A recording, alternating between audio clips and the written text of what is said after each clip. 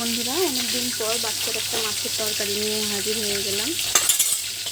আপনারা এটা 6 মাস থেকে শুরু করে 4-5 বছর, মানে বাচ্চা যতদিন খেতে চাইবে ততদিন বাচ্চাদেরকে খাওয়াতে পারবেন। আমি একটু তেলের মধ্যে জিরা ফোড়ন দিয়ে, আজকে সবজির মধ্যে ছিল আলু আর পটল সুন্দর, এটা দিয়ে আজকে মাছের তরকারিটা বানিয়ে দিব।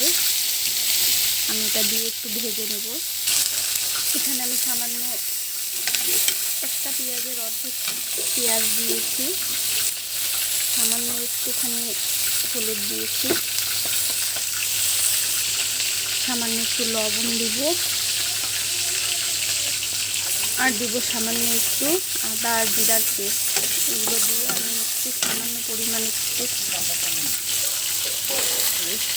অল্প একটু জল দিয়ে আমি এটা ভেজে নিচ্ছি।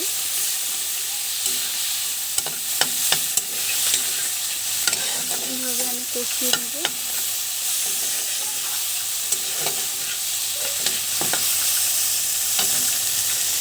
এটা বাচ্চাদের জন্য খুব উপকারী। গরমে একদম বাচ্চারা অতিষ্ঠ হয়ে গিয়েছে, এরকম নরম পাতলা ঝোল বা ডাল দিয়ে ভাত, এগুলো এখন বাচ্চাদের জন্য খুব উপকারী। কারণ গরমে বাচ্চাদের বিভিন্ন ধরনের অসুখ হচ্ছে। একদম বেশি রিচ খাবার, বেশি মশলাযুক্ত খাবার না খাওয়ানোই ভালো। আমি আমার বাচ্চাকে সবসময় এরকম করেই খাবারটা দেওয়ার চেষ্টা করি। আমার বাচ্চার বয়স 16 মাস। আমি আমার বাচ্চাকে এরকম করে বানিয়ে, আমার বাচ্চা এখনও গোটা খাবার খেতে পারে না, আমি এটা ভাত দিয়ে ব্লেন্ডারে একটু গুঁড়ো করে খাওয়াবো। আপনারা চাইলে এমনিও খাওয়াতে পারেন। আর এটা খেতে কিন্তু অনেক মজা, টেস্টি হয়। বাচ্চারা কিন্তু অনায়াসে খেয়ে নেবে।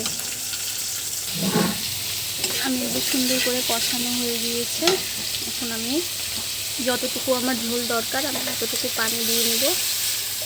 পানি দিয়ে ফুটিয়ে, মাছ দিয়ে ফুটিয়ে লবণ দেখে নামিয়ে নেব। হয়ে যাবে আমার ছোটো মেয়ের বিনা ঝালের তরকারি।